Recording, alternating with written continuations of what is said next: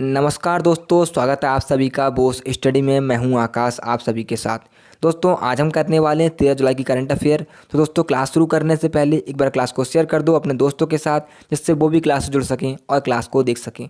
तो साथियों, हम जो करंट अफेयर करेंगे वो वही न्यूज़ कवर करेंगे अपनी करंट अफेयर की क्लास में दोस्तों, जो हमारे एग्जाम बेस के लिए इंपॉर्टेंट होगी।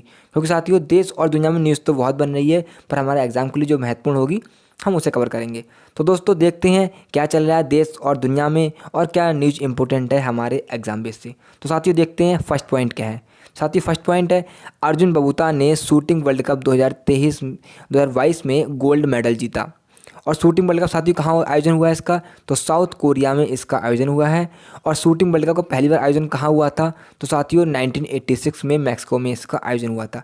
किसने जीता है, तो अर्जुन बबूता ने। और किस खेल से बिलोंग करते हैं, तो यह शूटिंग से बिलोंग करते हैं। कौन से खेल से बिलोंग करते हैं, शूटिंग से। और कहाँ आयोजन इसका हुआ है, तो साउथ कोरिया में इसका आयोजन हो रहा है। इसके अलावा दोस्तों देखते हैं अभी हाल ही में कुछ खिलाड़ियों ने और जीत दर्ज की है उसके बारे में। तो दोस्तों एलिना रिवाकीना, इन्होंने क्या जीता है, इन्होंने विम्बलडन ओपन का खिताब जीता है और यह कजाकिस्तान से बिलोंग करती हैं। और दोस्तों बहुत महत्वपूर्ण न्यूज़ आपके एग्जाम बेस से, क्योंकि यह एशिया की पहली महिला है ग्रैंड स्लैम जीतने वाली। तो दोस्तों इसलिए आपका एग्जाम से यह महत्वपूर्ण क्वेश्चन बनता है, क्योंकि एशिया से अभी तक कोई भी महिला यह ग्रैंड स्लैम नहीं जीत पाई है। तो कौन है, एलिना रिवाकिना, जो कहाँ से बिलोंग करती हैं, कजाकिस्तान से, और एशिया की पहली महिला विम्बलडन ग्रैंड स्लैम को जीतने वाली। इसके अलावा दोस्तों पुरुषों में नोवाक जोकोविच ने जीता विम्बलडन ओपन को। और दोस्तों यह कहाँ से बिलोंग करते हैं, सर्बिया से, और यह इनका 21वां ग्रैंड स्लैम है। कौन सा ग्रैंड स्लैम है, तो 21वां ग्रैंड स्लैम है नोवाक जोकोविच का। इसके अलावा अभी हाल ही में मलेशिया बैडमिंटन ओपन में विक्टर एक्सेलेसन ने जीता है। क्या, ये बैडमिंटन ओपन मलेशिया का, और यह कहाँ से बिलोंग करती हैं, तो यह डेनमार्क से बिलोंग करती हैं। इसके अलावा नीरज चोपड़ा ने डायमंड लीग में 89 पॉइंट, दोस्तों ये गलत लिख दिया है, ये 89.95 मीटर भाला फेंक कर अपना ही राष्ट्रीय रिकॉर्ड तोड़ा था और एक नया रिकॉर्ड बना दिया। अब दोस्तों आप बताइए, नीरज चोपड़ा ने ओलंपिक में भाला फेंका और गोल्ड मेडल जीता था, तो नीरज चोपड़ा ने उसमें कितनी दूरी का भाला फेंका था। नेक्स्ट पॉइंट है साथियों, दिल्ली में निर्माण श्रमिकों के लिए मिशन कुशल कर्मी की शुरुआत हुई। किसके लिए शुरू हुई है दोस्तों, तो इनका उद्देश्य जो था वो था श्रमिकों को कुशल बनाना, जिससे जो श्रमिक हैं उनका कुशल बढ़ेगा, उनकी क्षमता बढ़ेगी कार्य करने की, और उनको तेज़ी से रोजगार मिलेगा। तो यह इसका उद्देश्य है। क्यों, कौन सा मिशन है दोस्तों, तो यह है मिशन कुशल कर्मी। और किसने इसकी शुरुआत की, तो इसकी शुरुआत की है दिल्ली के डिप्टी सीएम मनोज सिसोदिया ने। किसने, मनीष सिसोदिया ने इसकी शुरुआत की है। दिल्ली में दोस्तों अभी सीएम कौन है, तो अरविंद केजरीवाल यहाँ के सीएम हैं। यहाँ के डिप्टी सीएम कौन है, तो मनीष सिसोदिया। यहाँ के गवर्नर कौन है, तो विनय कुमार सक्सेना अभी दिल्ली के गवर्नर हैं। और दिल्ली में विधानसभा सीट कितनी है, तो 70। और दिल्ली की लोकसभा सीट कितनी है, तो 7 दिल्ली की लोकसभा सीट देखने को मिलती हैं। इसके अलावा दोस्तों दिल्ली में अभी कुछ और भी कार्य हुए, वो देख लेते हैं। अमृत महोत्सव का आयोजन कहाँ हुआ, वो भी दिल्ली में किया गया है। शहरी और आवासीय मामलों के मंत्री हरदीप सिंह पुरी ने स्वनिधि महोत्सव का आयोजन भी दिल्ली में ही किया। अभी भारत के पहले पशु स्वास्थ्य शिखर सम्मेलन 2022 का आयोजन भी नई दिल्ली में किया गया। और ज्योतिर्गमय उत्सव का आयोजन भी अभी नई दिल्ली में ही हुआ था। तो दोस्तों यह सब न्यूज़ आपके एग्जाम बेस से इंपॉर्टेंट है। साथियों हम पुरानी सारी न्यूज़ कवर करते चलेंगे, जिससे हमारे एग्जाम बेस से सारी न्यूज़ इंपॉर्टेंट हो और उससे क्या हो, हमारा रिवीजन भी हो सके। जो न्यूज़ हमारी पुरानी होती है करंट अफेयर की, मैं वो न्यूज़ कोशिश करता हूँ कि मैं इसको रिवीजन करा सकूँ आप लोगों के लिए, जिससे आप लोग भूलें ना। तो दोस्तों जिन्होंने मेरी पिछली क्लासें नहीं देखी हैं, वो पिछली क्लासें देख लेना जाके। मैं नीचे डिस्क्रिप्शन में उसका लिंक दे दूँगा, आप वहाँ से भी मेरी क्लासें देख सकते हैं। नेक्स्ट पॉइंट है साथियों, international fund for agricultural development का नया अध्यक्ष अलवारी लोरियो को नियुक्त किया गया। और यह लोरियो कहाँ से बिलोंग करती हैं, तो यह स्पेन से बिलोंग करती हैं। और किसके अध्यक्ष बनी है, तो IFAD के यह अध्यक्ष बनी है। इनका कार्यकाल 4 साल का होगा। और दोस्तों इसकी स्थापना कब हुई थी, तो इसकी स्थापना 1977 में इसकी स्थापना होती है।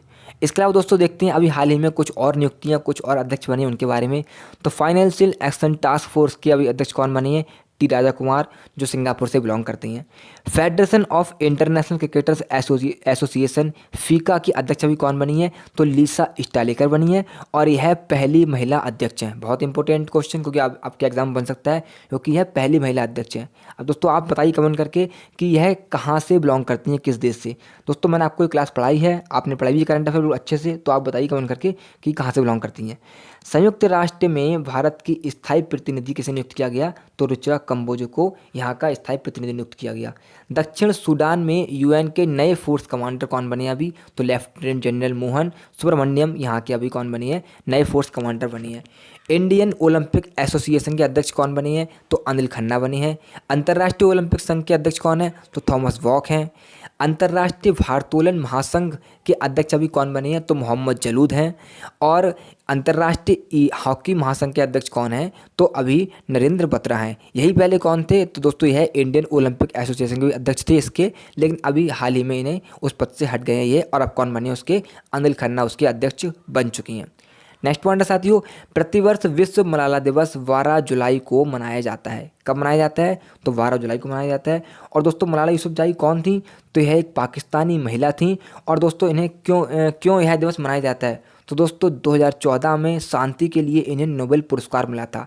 किस किस को मिला था, तो मलाला यूसुफजई को और कैलाश सत्यार्थी को नोबेल पुरस्कार मिला था 2014 में शांति के लिए। दोस्तों क्या हुआ था, पाकिस्तान में यह कार्य कर रही थी, जो वहाँ की महिलाएं हैं वहाँ के लिए बच्चियाँ थीं, उनके लिए पढ़ने नहीं दिया जाता था, स्कूल में नहीं भेजा जाता था। तो दोस्तों स्कूल में भेजने के लिए इन्होंने, जो मलाला यूसुफजई हैं, इन्होंने कार्य किया ताकि वहाँ की महिला, वहाँ के बच्चे भी पढ़ सकें। लेकिन दोस्तों पाकिस्तानी लोगों से यह बर्दाश्त नहीं हुआ और इन्होंने इन पर टेररिस्ट आतंक कर दिया। दोस्तों हुआ क्या था, जो अटैक किया था इन्होंने, टेररिस्ट अटैक, उसमें इनके गोली लगी थी लेकिन यह बच गई थी। तो दोस्तों उसी की याद में इनके लिए क्या हुआ था, 2014 में शांति के लिए नोबेल पुरस्कार दिया गया। इनकी बहादुरी के लिए इन्हें नोबेल पुरस्कार दिया गया। इसीलिए हम 12 जुलाई को क्या मनाते हैं, प्रतिवर्ष मलाला यूसुफ दिवस मनाती हैं। इसके अलावा दोस्तों हम देख लेते हैं कुछ और नोबेल पुरस्कार संबंधित न्यूज। तो दोस्तों शांति के लिए नोबेल पुरस्कार ओस्लो में दिए जाते हैं। और शांति के लिए पहला नोबेल पुरस्कार कब मिला था, तो 1901 में हेनरी डेविनेट को मिला था। किसके लिए मिला था, तो रेड क्रॉस सोसाइटी के लिए मिला था। और दोस्तों 1901 में ही पहली बार देना शुरू हुए थे नोबेल पुरस्कार। कितने क्षेत्रों में मिलते हैं टोटल, तो टोटल 6 क्षेत्रों में नोबेल पुरस्कार दिए जाते हैं। शांति में दिए जाते हैं, भौतिक क्षेत्र, रसायन क्षेत्र, औषधि विज्ञान क्षेत्र, अर्थशास्त्र क्षेत्र और साहित्य क्षेत्र। ये 6 क्षेत्र हैं जिसमें नोबेल पुरस्कार दिए जाते हैं। इसके अलावा दोस्तों नोबेल पुरस्कार की शुरुआत किसके नाम पे हुई थी, तो अल्फ्रेड नोबक नाम से एक व्यक्ति थे, उनके नाम पे इसकी शुरुआत होती है। देखते हैं दोस्तों कुछ और दिवस। तो राष्ट्रीय सुरक्षा दिवस कब मनाते हैं, 4 मार्च को। अंतर्राष्ट्रीय महिला दिवस 8 मार्च को मनाते हैं। विश्व खुशहाली दिवस 20 मार्च को मनाते हैं। विश्व जल संरक्षण दिवस 22 मार्च को मनाते हैं। विश्व स्वास्थ्य दिवस 7 अप्रैल को मनाते हैं। पृथ्वी दिवस 22 अप्रैल को मनाते हैं। विश्व श्रमिक दिवस 1 मई को मनाया जाता है। इसके अलावा विश्व प्रेस स्वतंत्रता दिवस 3 मई को। विश्व तंबाकू रोधी दिवस 31 मई को। विश्व पर्यावरण दिवस 5 जून को मनाया जाता है। अंतर्राष्ट्रीय योग दिवस 21 जून को मनाया जाता है। और विश्व चिकित्सक दिवस 1 जुलाई को मनाया जाता है। नेक्स्ट पॉइंट है साथियों, प्रधानमंत्री मोदी जी ने देवघर अंतर्राष्ट्रीय हवाई अड्डे का निर्माण झारखंड में किया। दोस्तों यह इंपॉर्टेंट न्यूज़ आपके एग्जाम की, क्योंकि दोस्तों यह क्यों किया गया है, तो दोस्तों यहाँ पे जो बैद्यनाथ मंदिर है वहाँ पे क्या हो, जो टूरिज्म एरिया है उसके लिए बढ़ाने के लिए। तो दोस्तों यह आपको जो बाबा बैद्यनाथ मंदिर है वहाँ से कुछ ही दूरी पर स्थित है। कौन सा है, देवघर अंतर्राष्ट्रीय हवाई अड्डा। किसने इसका उद्घाटन किया, तो खुद नरेंद्र मोदी जी ने इसका उद्घाटन किया है।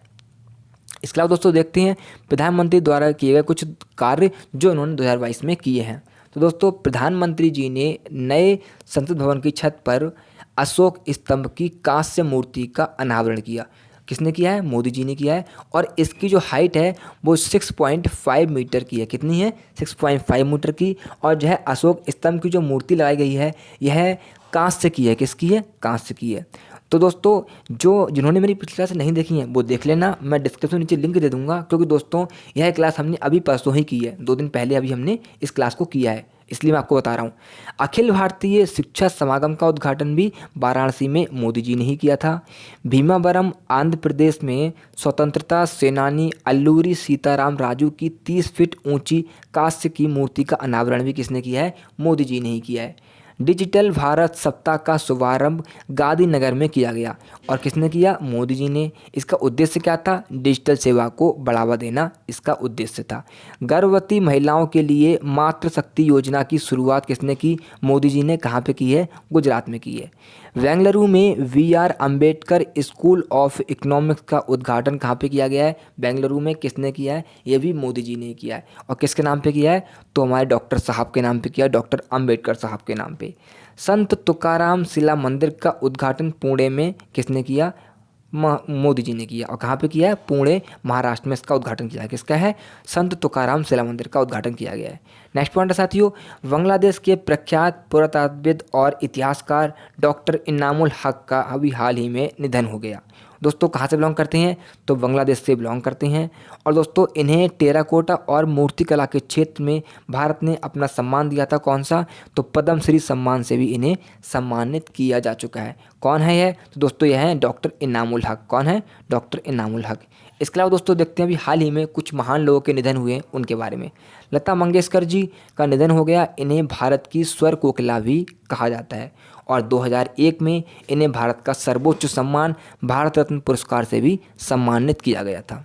अभी हाल ही में लता मंगेशकर अवार्ड प्रधानमंत्री नरेंद्र मोदी जी को दिया गया है। यह पहला अवार्ड था लता मंगेशकर जी के नाम पे दिया जाने वाला। और किसे दिया गया? तो पहले व्यक्ति कौन है? तो पहले व्यक्ति खुद हमारे प्रधानमंत्री नरेंद्र मोदी जी हैं। अभी हाल ही में जनरल बिपिन रावत का भी निधन हो गया। और वह दोस्तों कौन थे? तो वह भारत के पहले CDS थे। और इनका कैसे निधन हुआ था? तो हेलीकॉप्टर दुर्घटना में इनका निधन हुआ था। और जो आपका हेलीकॉप्टर क्रैश हुआ था वो आपका तमिलनाडु में हुआ था। कहाँ हुआ था? तो तमिलनाडु में हेलीकॉप्टर क्रैश हुआ था। कथक के प्रसिद्ध कलाकार पंडित बिरजू महाराज का भी अभी हाल ही में निधन हो गया है। कौन? नेक्स्ट पॉइंट है साथियों, प्रसार भारती के नए लोगो का अनावरण किया गया।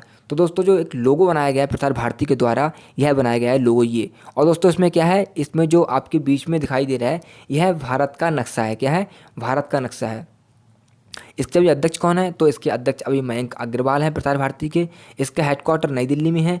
और दोस्तों इसकी स्थापना कब होती है? तो 1997 में इसकी स्थापना होती है।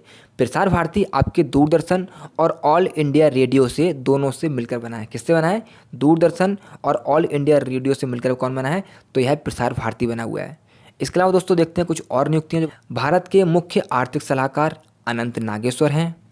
मुख्य वैज्ञानिक सलाहकार अजय कुमार सूद हैं। संयुक्त राष्ट्र में भारत की स्थायी प्रतिनिधि को कौन बनाया गया है? रुचिरा कंबोज को। और G20 में अभी शेरपा किसे नियुक्त किया गया? तो अमिताभ कांत को। और प्रसार भारती के अध्यक्ष भी कौन बना है? तो मयंक अग्रवाल। यह मैंने आपको बता दिया। नेक्स्ट पॉइंट है साथियों, जापान ने order of the rising sun award से नारायणन कुमार को सम्मानित किया। किसे सम्मानित किया है? नारायणन कुमार को। और जापान का यह सर्वोच्च सम्मान है। कौन सा है? Order of the rising sun award. Narayan Kumar अभी कौन है दोस्तों? तो यह सनमार्क के ग्रुप अध्यक्ष हैं। कौन है? सनमार्क ग्रुप के अभी अध्यक्ष हैं। याद रखना जापान ने इन्हें सम्मानित किया है। और कौन है? नारायण कुमार। और ऑर्डर ऑफ द राइजिंग सम्मान से सम्मानित इन्हें किया गया है। इसके अलावा दोस्तों देखते हैं अभी हाल ही में कुछ और सम्मान जो जिन्हें पुरस्कार दिए गए हैं उन्हें। तो पहले नंबर पे कौन है? शिंजो आबे हैं। इन्हें नेताजी अवार्ड और पद्मश्री अवार्ड से भी सम्मानित किया गया था, जिनका हाल ही में अभी निधन हो गया है। यह कौन थे शिंजो आबे? तो दोस्तों शिंजो आबे जो थे वो जापान के आपके पूर्व प्रधानमंत्री थे, जिनकी अभी हाल ही में गोली मारकर हत्या कर दी गई जापान में ही। मिशेल पूनेवाला को कला के क्षेत्र में यूनाइटेड किंगडम ने वर्ल्ड समिट 2022 शिरोमणि पुरस्कार से सम्मानित किया। इसके अलावा यूके की संसद ने आयुर्वेद रत्न पुरस्कार से तनुजा निसारी को सम्मानित किया। और गणित के क्षेत्र में 4 लोगों को फील्ड्स मेडल पुरस्कार से सम्मानित किया गया। और वह 4 लोग कौन कौन हैं? HD कोपेन, जून हू, जेम्स मेनार्ड और मैरिना। यह 4 लोग हैं जिन्हें अभी फील्ड्स मेडल पुरस्कार दिया गया। कौन सा पुरस्कार है? फील्ड्स मेडल पुरस्कार। नेक्स्ट पॉइंट है साथियों, red panda project Singalila national park में शुरू हुआ। यह पार्क पश्चिम बंगाल में स्थित है। दोस्तों फिर से बोल रहा हूँ, जो रेड पांडा प्रोजेक्ट है यह कहाँ शुरू हुआ है? तो यह सिंगलीला नेशनल पार्क में शुरू हुआ। और सिंगलीला नेशनल पार्क कहाँ पे स्थित है? तो यह पश्चिम बंगाल में स्थित है। दोस्तों आप देख रहे हैं यह पांडा जो आराम से लेटा हुआ है, यह दोस्तों बहुत ही सीधा जानवर है और बहुत ही शर्मीला जानवर है। तुरंत ही किसी को देखकर यह तुरंत गोली उठाता, तुरंत भाग जाता है। दोस्तों यह एक प्रकृति का नियम भी है कि जब प्रकृति में कोई बदलाव होता है तो रेड पांडा अपनी स्थिति को बदलता है। और उसकी स्थिति से हमें मालूम पड़ा था, हम अनुमान लगा लेते हैं कि हाँ प्रकृति में कुछ ना कुछ होने वाला है, जो जिसका संकेत हमारे लिए कौन देता है? रेड पांडा देता है। तो यह क्या है? हमारी प्रकृति में एक सूचक है हमारे लिए। रेड पांडा कहाँ होता है दोस्तों? तो रेड पांडा सिक्किम का राष्ट्रीय पशु है। कहाँ का राष्ट्रीय पशु है? सिक्किम का राष्ट्रीय पशु है। और दोस्तों जो आपका सिंगलीला नेशनल पार्क है पश्चिम बंगाल में, यहाँ पे अभी जो 20 रेड पांडा हैं वो लाए जाएंगे। कितने 20 रेड पांडा? तो 20 रेड पांडा यहाँ पे अभी लाए जाएंगे। इसके अलावा दोस्तों देखते हैं भारत का कुछ महत्वपूर्ण नेशनल पार्क, इनके बारे में चर्चा करते हैं एक बार। तो दोस्तों भारत में सबसे छोटा नेशनल पार्क कहाँ पे स्थित है? तो साउथ बरन, जो अंडमान निकोबार में स्थित है। क्या नाम है इसका? साउथ बरन। भारत का सबसे बड़ा national park Himesh national park, जो लद्दाख में स्थित है। सबसे पुराना नेशनल पार्क भारत का तो जिम कॉर्बेट नेशनल पार्क है। इसका नया नाम क्या है? Ramganga national park. और इसका पुराना नाम क्या है? तो हैली इसका पुराना नेशनल पार्क नाम है। जो भारत का नवीनतम नेशनल पार्क है दोस्तों वो कौन सा है? तो देहंग पटकाई नेशनल पार्क अभी नवीनतम है और यह कहाँ स्थित है? यह असम में स्थित है। भारत का तैरता हुआ national park Kabul Lamjao national park है और यह विश्व का एकमात्र तैरता हुआ नेशनल पार्क है। कौन सा? विश्व का एकमात्र। और दोस्तों यह कहाँ स्थित है? मणिपुर में स्थित है। पक्षियों की स्वर्ग भूमि यह कहाँ स्थित है दोस्तों? तो यह राजस्थान में स्थित है। भीतरकनिका नेशनल पार्क कहाँ स्थित है? तो उड़ीसा में स्थित है। कहाँ स्थित है? यह दोस्तों उड़ीसा में स्थित है। और दोस्तों किसके लिए प्रसिद्ध है? तो यहाँ पे कछुओं की चारों प्रजातियाँ पाई जाती हैं। ये थोड़ा गलत हो गया, इसे देख लेना। यहाँ कछुओं की चारों प्रजातियाँ पाई जाती हैं। कौन कौन सी हैं? ओलिव रिडले कछुआ, ग्रीन सी कछुआ, हॉक्सविल कछुआ एवं लेदर बैक कछुआ। यह चारों प्रजातियाँ आपको यहाँ देखने को मिलती हैं। कहाँ पे? भीतरकनिका नेशनल पार्क में। और यह कहाँ स्थित है? तो यह उड़ीसा में स्थित है। काजीरंगा नेशनल पार्क कहाँ पे स्थित है? असम में स्थित है और यह एक सींग वाली गैंडा के लिए प्रसिद्ध है। तो दोस्तों यह सब नेशनल पार्क आपके एग्जाम के लिए बहुत ही महत्वपूर्ण है। यह वो नेशनल पार्क मैंने आपको दोस्तों लाया हूँ जो बहुत ही इंपॉर्टेंट है या किसी न किसी वजह से अभी हाल ही में खबरों में नहीं है। तो दोस्तों यहाँ हमारी क्लास कंप्लीट होती है। आप दोस्तों का क्लास को शेयर कर दो अपने दोस्तों के साथ, जिससे वो भी क्लास को देख सकें और क्लास से जुड़ सकें। जिन्होंने दोस्तों लाइक नहीं किया क्लास को वो लाइक कर दो, जिन्होंने क्लास को सब्सक्राइब नहीं किया वो सब्सक्राइब कर दो। तो दोस्तों मिलते हैं कल, जब तक अपनी तैयारी कंटिन्यू कीजिएगा।